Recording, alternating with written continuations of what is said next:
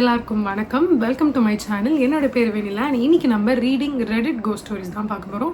So without any further delay let's get into the video.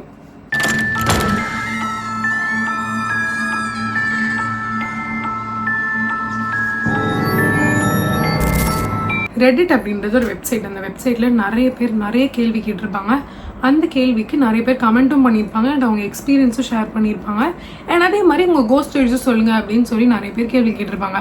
அதுக்கு எல்லாருமே போட்டிருக்க cost stories தான் நம்ம படிக்க போகிறோம். கிட்டத்தட்ட ஒரு 6-7 கோஸ்ட் ஸ்டோரிஸ் நான் எடுத்து வச்சுருக்கேன். அதுதான் நம்ம படிக்க போகிறோம். சவுத் நார்த் இந்தியாவை தாண்டி இந்தியாவுக்குள்ளே நீங்கள் எக்கச்சக்கமான கோஸ்ட் ஸ்டோரிஸ் ரெடிட்டில் இருக்கும். உங்களுக்கும் வேணும்னா நீங்களும் படித்து பாருங்கள். அண்ட் எஸ், இதை வந்து நான் ஆக்சுவலாக ஒரு மணிக்கு எடுக்கலாம் அப்படின்னு நான் முடிவு பண்ணி வச்சுருந்தேன். பட் 10 மணிக்கு சரி ஓகே, 1 மணிக்கு எடுத்தோடனே ஃபஸ்ட்டு வீடியோவே எடுக்க வேணாம், லைட்டாக பயமாக இருந்துச்சு அப்படின்னு யோசித்தேன். பட் 10 மணிக்கு எடுக்கலாம்னு பார்த்தா 10 மணிக்கு ஸ்டோரி எல்லாம் தேடி எடுத்து இந்த செட்டப்லாம் பண்ணுறதுக்கே டைம் ஆகிடுச்சு. இப்போ அரவுண்ட் 11:45 ஆகுது. தெரியல 11:45 ஆகுது. எப்படினாலுமே அது டைம் ஆகிடுச்சு. கிட்டத்தட்ட 12 ஆக போகுது. இந்த வீடியோ நான் எடுத்து முடித்து எல்லாத்தையும் இது பண்ணுறதுக்குள்ளே 12க்கு மேலே ஆயிரும். அண்ட் இந்த கேண்டிலே ரொம்ப நேரமாக இப்படி எரியுதுன்னு தெரில.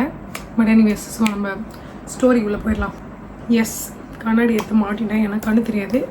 ஸோ அதனால் வந்து நிறைய ஸ்டோரிஸ் நான் எடுத்து வச்சுருக்கேன். அந்த எல்லா ஸ்டோரிஸும் வந்து நம்ம படிக்க போகிறோம்.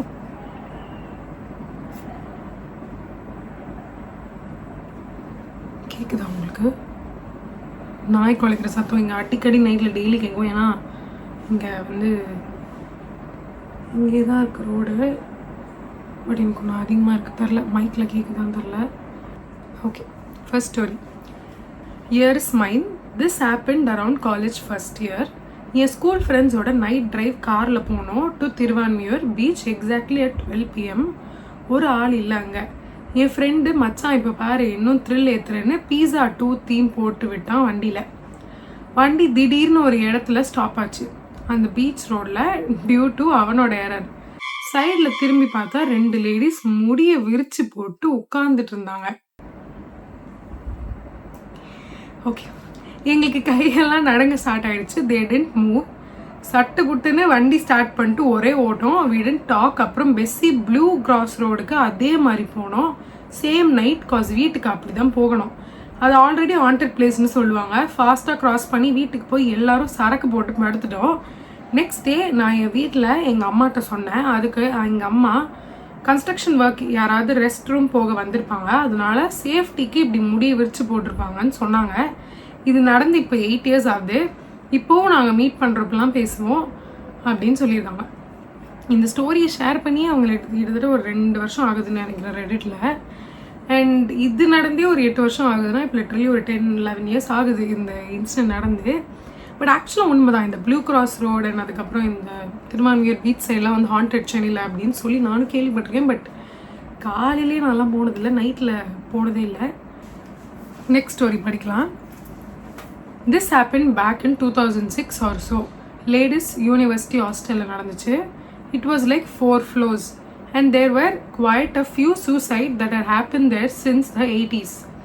We would hear footsteps running at night from above, but we always thought it's the tree branches hitting the terrace or monkey running around. Anyway, one day my friends and I were studying in my room for semester exams around midnight and we heard a knock. No worries, just my roommate came. So she comes in, chat with us and leaves. I clearly remember locking the door with the latch on the top and the middle. We start to feel sleepy as it's around 1 AM and my friends want to leave and suddenly we hear my roommate saying good night to them. She was sitting on the floor in the corner listening to music. The room is still locked and all 3 of us scream at the same time because we swear my roommate left and I locked the door. No idea how she got in again and who opened the door for her. We were so shocked and terrified by this. I changed rooms next year.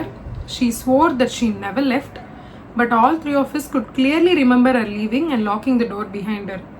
I'm sure there is a logical explanation for this, but we were truly terrified. Okay, நைட்டாக பயமாக தான் இருக்குது. தேவையில்லாமல் கேட்குதா sound? பண்ணுற மாதிரி sound கேட்குது. Okay, தேவையில்லாமல் நைட்டில் இது வந்து எடுக்கலான்னு முடிவு பண்ணிட்டேன். Okay, third story. இது என்னோட எக்ஸ்பீரியன்ஸ் இல்லை, என்னோடய அப்பாவோட எக்ஸ்பீரியன்ஸ். இது ஒரு படத்தில் வர சீன் மாதிரி தான் இருக்கும். இந்த இன்சிடெண்ட் 1980s நடந்துச்சு. அப்போது என்னோட அப்பாவும் அவர் ஃப்ரெண்ட்ஸும் அடிக்கடி ஒரு லேக்கில் ஸ்விம் பண்ண போவாங்க. அங்கே ஒரு கேம் விளையாடுவாங்க. எல்லாரும் லேக்கோட அடி வரைக்கும் போய் ஃபஸ்ட்டு மேலே வரவங்க தான் வின்னர். ப்ரூஃபுக்கு அடியிலேருந்து வரப்போ மணல் எடுத்துகிட்டு வரணும். ஒரு நாள் என்னோட அப்பா பாட்டம் வரைக்கும் போய் எடுக்க ட்ரை பண்ணும்போது மணல்ன்னு நினச்சி யாரோட முடிவை பிடிச்சிருக்காரு.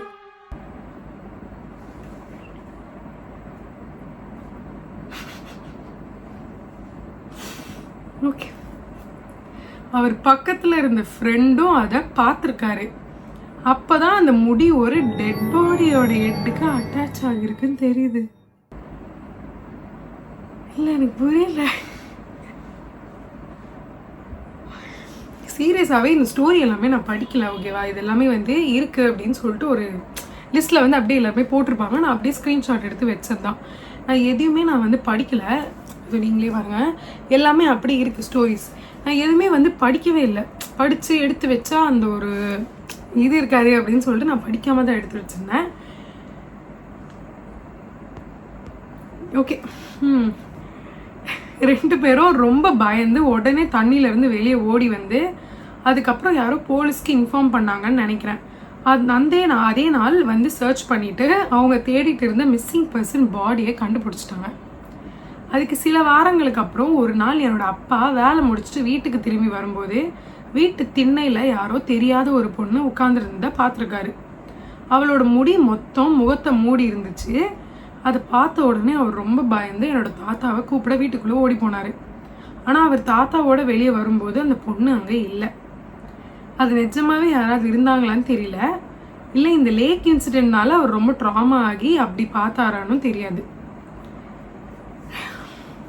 இதை படித்து நான் தான் ட்ராமா ஆகிட்டேன்போ. ஓகே, அடுத்த ஸ்டோரி போகலாம். இது சில மாதம் முன்னாடி நடந்துச்சு. நானும் என்னோடய அப்பா என் அம்மா நைட் அரௌண்ட் 11:30க்கு மாம்பாக்கம் கேளம்பாக்கம் ரோட்டில் காரில் போயிட்டு இருந்தோம். ஓகே, இது வந்து சென்னையில் தான் இருக்குது. சென்னையில் இருக்க எல்லாருக்குமே தெரியும். இந்த ரூட்டில் நாங்கள் ரொம்ப ரெகுலராக ட்ராவல் பண்ணுவோம். ஆல்மோஸ்ட் 2 வாரத்துக்கு ஒரு தடவை. அந்த நாள் SSN காலேஜை தாண்டி ஒரு 10 கிலோமீட்டர் ஐசோலேட்டட் ஸ்ட்ரெச்சில் போயிட்டு இருந்தோம். ரோடில் டிராஃபிக்கே இல்லை. அப்பா அரௌண்ட் 60 to 70 கிலோமீட்டர் ஸ்பீடில் ட்ரைவ் பண்ணிட்டு இருந்தார். சடனாக ஒரு பொண்ணு ஃபுல் ஒயிட் ஃபேஸும் பிளாக் அண்ட் ஐஸும் வச்சுட்டு எங்கள் கார் முன்னாடி ஜம்ப் பண்ணிட்டா. அப்பா குவிக்காக காரை ஸ்வேர் பண்ணி அவாய்ட் பண்ணிட்டாரு. லைக் ஸ்வேர்னா வேறு டைரக்ஷன் மாற்றிட்டாரு. நாங்கள் எல்லாரும் ஷாக் ஆகிட்டோம். அவளோட ஃபேஸ் பார்த்த உடனே கோஸ்ட் மாதிரி தான் தெரிஞ்சுது. கொஞ்சம் டிஸ்டன்ஸ் போன அப்புறம் திரும்பி பார்த்தோம். அவள் இன்னும் அந்த டார்க் ரோடோட நடுவில் அசையாமல் நின்றுட்டு இருந்தா. அப்புறம் நாங்கள் யோசிச்சு பார்த்தப்போ மென்டல் ஹெல்த் இஷ்யூ இருக்கிற யாராவது இருப்பாங்க, அதுதான் இப்படி ரோட்டுக்கு நடுவில் வந்திருக்காங்க அப்படின்னு நினச்சிட்டோம். 2 வாரம் அப்புறம் மறுபடியும் அதே ரூட்டில் போயிட்டு இருந்தோம். அம்மா காமெடியாக இன்னைக்கு அந்த லேடி மறுபடியும் வருவாளோ அப்படின்னு சொன்னாங்க. அவங்க சென்டென்ஸ் முடிக்கிறதுக்குள்ள அதே லேடி மறுபடியும் அந்த டார்க் ரோடில் நடுவில் சடனாக நின்றுட்டு இருந்தான். நான் எல்லாம் பழகுது. அப்போ மறுபடியும் காரை அப்பா டைரக்ஷன் மாற்றிட்டு அவாய்ட் பண்ணிட்டாரு. திரும்பி பார்த்தப்போ மறுபடியும் அதே அசையாமல் ரோட் நடுவில் நின்றுட்டு தான் இருந்தான். 3வது தடவை கூட எக்ஸாக்ட் சேம் இன்சிடென்ட் நடந்துச்சு. அதே ஒயிட் ஃபேஸ், அதே பிளாக் அண்ட் ஐஸ். அப்போவே தான் யாரோ நம்மளை டார்கெட் பண்ணுற மாதிரி ஃபீல் ஆச்சு. அதனால டேஷ்கேம் இன்ஸ்டால் பண்ணோம். போலீஸ்கிட்டையும் நடந்தது சொன்னோம். பயம் இருந்தாலும் எங்கள் கிராண்ட் பேரண்ட்ஸை பார்த்துக்கிறது போகணும்னு ரொட்டீனாக ட்ராவல் பண்ண ஆரம்பித்தோம். 4வது தடவை அவளை பார்த்தப்போ இந்த தடவை ரோட் நடுவில் இல்லை. ரோட் சைடில் நின்றுட்டு பிளாங்க் எக்ஸ்ப்ரெஷனோட எங்களை பார்த்துட்டு இருந்தா. இங்கே வந்து ஒரு விண்டோ இருக்குது. இந்த பெட்டு, இது பெட்டு, இந்த பெட்டுக்கு இந்த சைடு விண்டோ இருக்குது. அது இந்த சைடு வீடெல்லாம் இருக்குது. அந்த வீட்டில் வந்து எப்போவுமே அந்த வீட்டு மாடியில் யாரும் நிற்கிற மாதிரியே தான் இருக்கும். எப்போவுமே பொதுவாகவே சும்மா ஜென்ரலாகவே இருந்தாலும் அப்படி தான் இருக்கும். இன்னைக்கு வந்து அதிகமாக இருக்குது. என்ன பண்ணுறது, எனக்கு தேவையில்லாத வேலை. Time is around 11:56. இப்போது ரோட் சைடில் நின்றுட்டு பிளாங்க் எக்ஸ்பிரஷனோட எங்களை பார்த்துட்டு இருந்தா. பயங்கரமான இருந்தது என்னன்னா, பாடி மொத்தமும் அசையாமல் இருந்துச்சு. ஆனால் தலை மட்டும் அப்படியே ஸ்லோ மோஷன் எங்க ஃபாலோ பண்ணுற மாதிரி திரும்புதான்.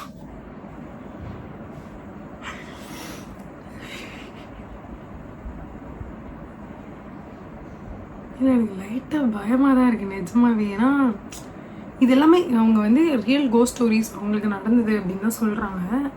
ஏன்னா இது படத்தில் வர்றதும் கிடையாது, வேற எங்கேயும் வர்றது கிடையாது. லைக் அவங்களோட எக்ஸ்பீரியன்ஸை தான் அவங்க போடுறாங்க. இதெல்லாம் போட்டே ஒரு 3-4 இயர்ஸ் ஆயிருக்கும். பட் இன்னும் அந்த சில்ஸ் வந்து இருக்குது அது படிக்கிறப்போ. வீட்டுக்கு வந்து டேஷ் கேம் ஃபுட்டேஜை செக் பண்ணோம். ஆனால் டேஷ் கேம் ஒர்க்கே ஆகலை. மறுபடியும் போலீஸ்கிட்ட சொன்னோம். அவங்க அந்த ஏரியாவில் ஒரு மென்டலி இல் லேடி ரோம் பண்ணிட்டு இருக்காங்கன்னு சொன்னாங்க. அது அதே லேடி தானா இல்லை வேற யாராவதான்னு இன்னும் தெரியல. ஆனால் அதுக்கப்புறம் நாங்கள் அவளை மறுபடியும் பார்க்கவே இல்லை. இன்றைக்கும் அவளோட ஃபேஸ் ஞாபகம் வந்த உடனே பயமாக இருக்குது. அவ்வளோ பயங்கரமாக இருந்துச்சு. என் சின்ன கசினுக்கு அந்த இன்சிடெண்ட் அப்புறம் பெர்மனன்ட் ட்ராமா ஆயிடுச்சு. இப்போ வரைக்கும் நைட் ட்ராவல் பண்ண பயப்படுறா. அவளை பார்த்தப்போ ஒரு வித்தியாசமான ரொம்ப சினிஸ்டர் ஃபீல் இருந்துச்சு. சாதாரண மென்டலி இல் பர்சன் மாதிரி இல்லை. அவளோட ஃபேஸும் அவளை சுற்றி இருந்த ஆராவும் ரொம்ப ஈவிலாக இருந்துச்சு. இதை டைப் பண்ணும்போதே எனக்கு கூஸ் பம்ப்ஸ் வருது. முன்னாடி படித்து பார்த்துட்டு எடுத்துருக்கணும். நமக்கு இது செட் ஆகும் ஆகாது, இது தேவையில்லாமல் இது நான் எடுத்துட்டேன். ஆக்சுவலாக இது வந்து இவங்க சொல்லியிருக்கிறது வந்து இந்த மாம்பாக்கம் கேளம்பாக்கம் ரோடு, அந்த SSN காலேஜ் அந்த சைடு வந்து சொல்லியிருக்காங்க. அந்த ரோடுக்கு கொஞ்சம் முன்னாடி தான் என் காலேஜும் இருக்குது. லைக் நான் காலையில் ஈவினிங்கு நிறைய வாட்டி 3 வருஷமாக கிட்ட நான் அந்த ரோட்டில் போயிருக்கேன். பட் இவங்க சொல்கிற எக்ஸாக்ட் ரோடு கிடையாது. பட் அதுக்கு முன்னாடி அந்த ஸ்ட்ரெச் ஃபுல்லாகவே சொல்கிறேன். ஸ்ட்ரெச் ஸ்டார்ட் ஆகுறதுலேருந்து சொல்கிறேன். பட் நைட் டைமில் போனதில்லை. நைட்லேயுமே நான் போயிருக்கேன். பட் இந்த மாதிரி ஒரு பாஸ்ட் மிட் நைட் அந்த மாதிரிலாம் போனது கிடையாது. அதனால் எனக்கு தெரியல. பட் இந்த இதுக்கு கீழே நிறைய பேர் கமெண்ட் பண்ணியிருந்தாங்க. ஆமாம், அந்த ரோட்டில் நானே நிறைய வாட்டி போயிருக்கேன், நிறைய வாட்டி எனக்கு இந்த மாதிரி நடந்திருக்கு அப்படின்னு போட்டிருக்காங்க.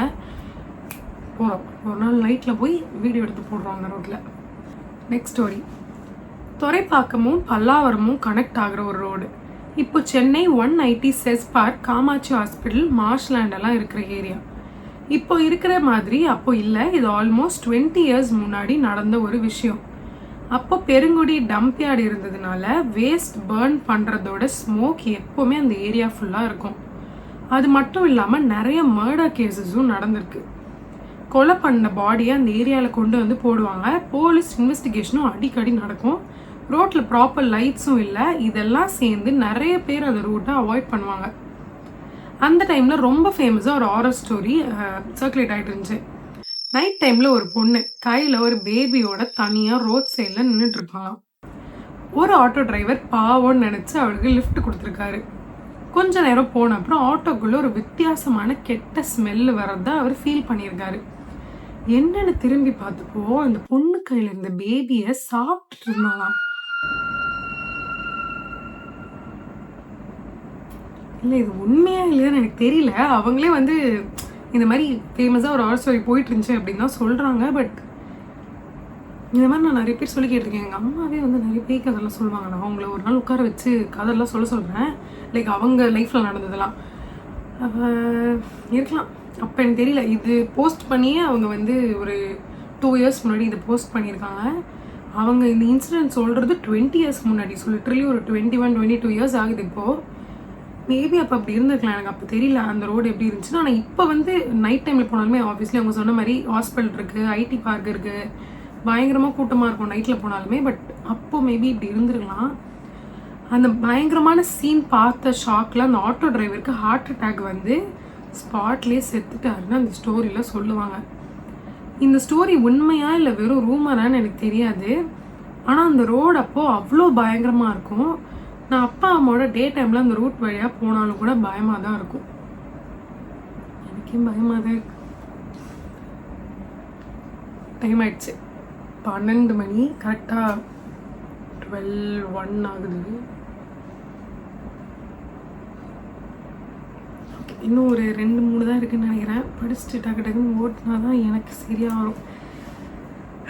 Okay, next story. இந்த இன்சிடென்ட் நடந்து ஆல்மோஸ்ட் 15 வாயெல்லாம் ஓல இந்த இன்சிடென்ட் நடந்து ஆல்மோஸ்ட் 15 இயர்ஸ் ஆகுது. எங்கள் வீட்டுக்கு பக்கத்தில் ஒரு லேக் இருக்குது. அந்த லேக் பக்கத்தில் 1883 கட்டின ஒரு பழைய ஸ்டோன் ஸ்ட்ரக்சர் இருக்குது. லேக் ஓவர்ஃப்ளோ ஆகாமல் இருக்குது, அதை கட்டியிருக்காங்கன்னு அந்த ஸ்ட்ரக்சரில் இருக்கிற கார்விங்கில் எழுதியிருக்கும். சம்மர் வெக்கேஷன் டைமில் நான் அங்கே ரொம்ப நேரம் ஸ்பெண்ட் பண்ணுவேன். அங்கே நல்லா கூலாக சில்லுன்னு இருக்கும், சுற்றி கொஞ்சம் மரங்களும் இருக்கும், ரொம்ப பீஸ்ஃபுல்லான பிளேஸ் மாதிரி ஃபீல் ஆகும். ஆனால் அங்கே ரிலேட்டிவ்ஸ் எல்லாருமே சொல்லுவாங்க அங்கே போகாதுன்னு, எப்போவுமே வார்னிங் கொடுப்பாங்க. அந்த லேக்கில் நிறைய பேர் செத்துட்டாங்க, அவங்க ஆவி இன்னும் அந்த ஸ்ட்ரக்சரில் சுற்றிட்டு இருக்குதுன்னு சொல்லுவாங்க. நான் அதை பெருசாக எடுத்துக்கவே இல்லை. ஒரு நாள் நைட் அரவுண்ட் 11 PM எங்கள் ஃபேமிலியோட ஹாலில் தான் தூங்கிட்டு இருந்தேன். மொத்தம் 6 பேர் அங்கே படுத்துட்டு இருந்தோம். நடுராத்திரி எனக்கு தூக்கம் கலைஞ்சிடுச்சு. எவ்வளோ ட்ரை பண்ணாலும் மறுபடியும் தூங்க முடியல. நான் எழுந்து வாலை பார்த்து முட்டி போட்டுட்டு உட்காந்தேன். அப்போ வாலில் என்னோட ஷேடோ தெரிஞ்சுது. சும்மா போர் அடிச்சதுனால கையை அசைச்சு பார்த்தேன். அப்போதான் வித்தியாசமான விஷயம் நடந்துச்சு. என்னோட ஷேடோ அசையவே இல்லை. மறுபடியும் ட்ரை பண்ணேன். பாக்கியராஜ் ஸ்டைலில் கொஞ்சம் டான்ஸ் மூமெண்ட் கூட பண்ணேன். ஆனால் ஷேடோ மட்டும் அப்படியே அசையாமல் தான் இருந்துச்சு. பயந்த உடனே படுத்துட்டு மேலே சீலிங் பக்கம் பார்த்தேன். அப்போ தான் அதை பார்த்தேன். ஒரு பெரிய கருப்பு உருவம்.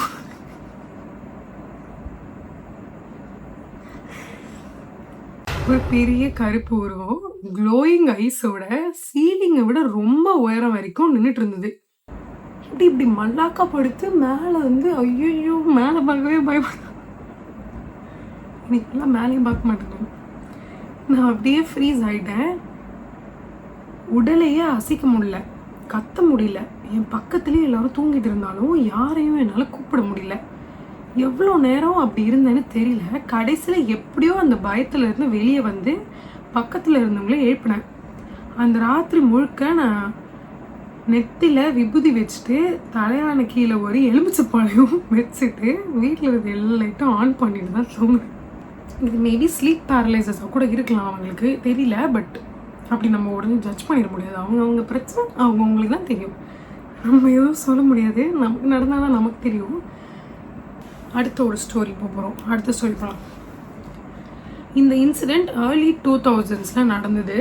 என் அத்தையோட அப்பா ஹைவேஸ் டிபார்ட்மெண்ட்டில் சீஃப் இன்ஜினியராக ஒர்க் பண்ணிட்டு இருந்தார்.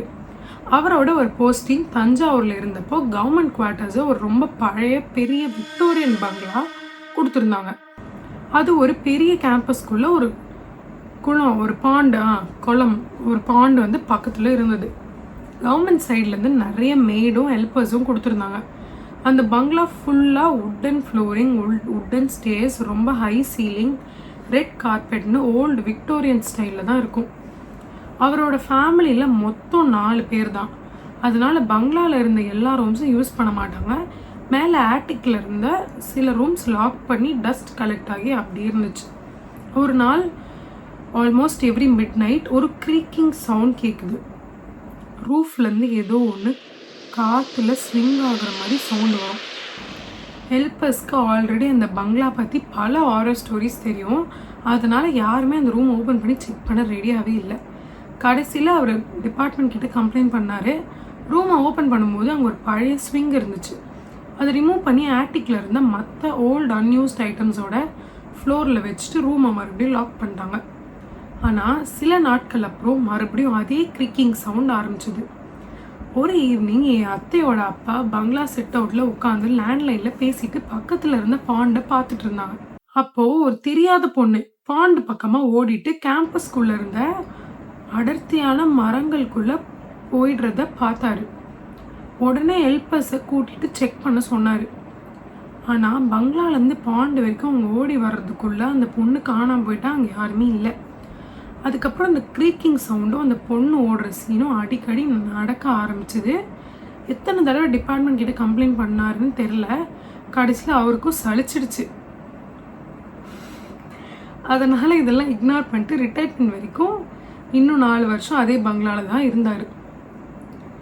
அவருக்கே பழகிருச்சு போல். நமக்கு என்ன, அடுத்த ஸ்டோரி போவோம். அடுத்த ஸ்டோரி போகிறோம். கொஞ்சம் ரொம்பவே பெரிய ஸ்டோரி தான். லைக் லெங்க்தியான ஸ்டோரி. இதுதான் லெங்க்தியாக இருக்குது, போய்கிட்டே இருக்குல்ல, அது மாதிரி கொஞ்சம் லெங்க்தியான ஸ்டோரி. அதனால் இந்த ஸ்டோரியோட முடிச்சுக்கலாம். இந்த இன்சிடென்ட்ஸ் எல்லாமே 2019 2021 எனக்கும் என்னோடய ஃபேமிலிக்கும் நிஜமாகவே நடந்தது. என் ஃபேமிலினா என்னோடய அம்மாவும் தங்கச்சியும். நான் காலேஜ் ஃபைனல் 2 வருஷம் படிக்க எங்கள் ஹோம் டவுன்லேருந்து சென்னைக்கு ஷிஃப்ட் ஆனோம். அதுக்கு முன்னாடி நான் காலேஜ் ஹாஸ்டலில் தான் ஸ்டே பண்ணிகிட்டு இருந்தேன். நாங்கள் தாம்பரம் ஈஸ்ட் காந்தி பார்க் பக்கத்தில் ஒரு அப்பார்ட்மெண்ட் ரெண்ட்டுக்கு எடுத்தோம். அங்கே ஷிஃப்ட் ஆன அப்புறம் நான் ஹாஸ்டலில் லீவ் பண்ணி ரெண்டல் ஹவுஸ்லேருந்து காலேஜ் பஸ்ஸில் காலேஜ் போக ஆரம்பித்தேன். என் தங்கச்சி எங்கள் வீட்டுக்கு பக்கத்தில் இருந்த ஸ்கூலில் ஹை ஸ்கூல் கண்டினியூ பண்ணான். வீடு ரொம்ப பெருசாக இல்லை. ஒரு லிவிங் ரூம், ஒரு கிச்சன், லிவிங் ரூம் கடைசியில் ஒரு பாத்ரூம், அதுக்கு ஆப்போசிட்டாக 2 பெட்ரூம். ஃபர்ஸ்ட் நைட் வந்து நாங்கள் 3 பேரும் லிவிங் ரூமில் தான் தூங்கிட்டு இருந்தோம். ஏர்லி மார்னிங் அரவுண்ட் 5:30 இருக்கும். என் தங்கச்சி பயந்து என்னையும் அம்மாவையும் எழுப்பினான். பாத்ரூம் முன்னாடி இருக்கிற கார்னரில் யாரோ நின்றுட்டு இருந்தாரு பார்த்தேன் அப்படின்னு சொன்னான். நானும் அம்மாவும் அதை ஒரு கெட்ட கனவு தான்னு சொல்லி பெருசாக எடுத்துக்கல. ஆனால் அந்த நாள் லேட்டர் அவள் மறுபடியும் சொன்னான். அவள் பார்த்தது ஆல்மோஸ்ட் 7 feet ஹைட் இருக்கிற ஷேடோ ஃபிகர். அம்மா அவகிட்ட தூங்குறதுக்கு முன்னாடி ப்ரேயர் பண்ணிட்டு தூங்கு அப்படின்னு சொன்னாங்க. சில மாதம் போச்சு. நாங்கள் அந்த வீட்டுக்கு கொஞ்சம் செட்டில் ஆகிட்டோம். வேறு எந்த க்ரீப்பி இன்சிடெண்ட்டும் நடக்கலை. ஆனால் ஒரு விஷயம் தான் நடக்க ஆரம்பிச்சது. நாங்கள் 3 பேரும் ரொம்ப அடிக்கடி சண்டை போட ஆரம்பித்தோம். சின்ன சின்ன விஷயத்துக்கும் பெரிய ஆர்கியூமெண்ட்ஸ் வரும். முன்னாடியும் ஆர்கியூமெண்ட்ஸ் வந்திருக்கு. ஆனால் இந்த வீட்டுக்கு வந்ததுக்கப்புறம் வந்த ஆர்கியூமெண்ட்ஸ் ரொம்ப இன்டென்ஸாக இருக்கும்.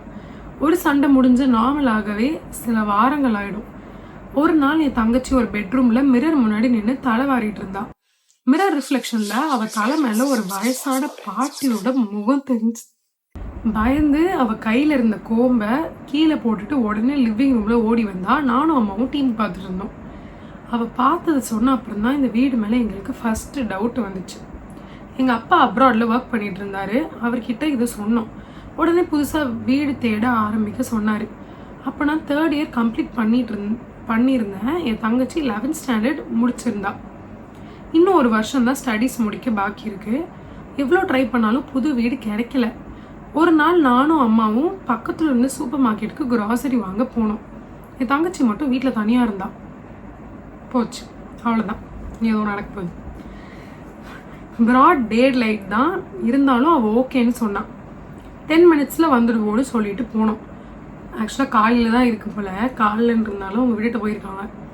அவள் சோஃபாவில் உட்காந்து டிவி பார்த்துட்டு இருக்கும்போது சடனாக கரண்ட்டு போயிடுச்சு. எஸ், தெரியும், பெயிட் படனாலே கரண்ட்டு போகும். டிவி ஸ்க்ரீன் பிளாக் ஆயிடுச்சு. டிவி ரிஃப்ளெக்ஷனில் அவன் முகம் தெரிஞ்சுது.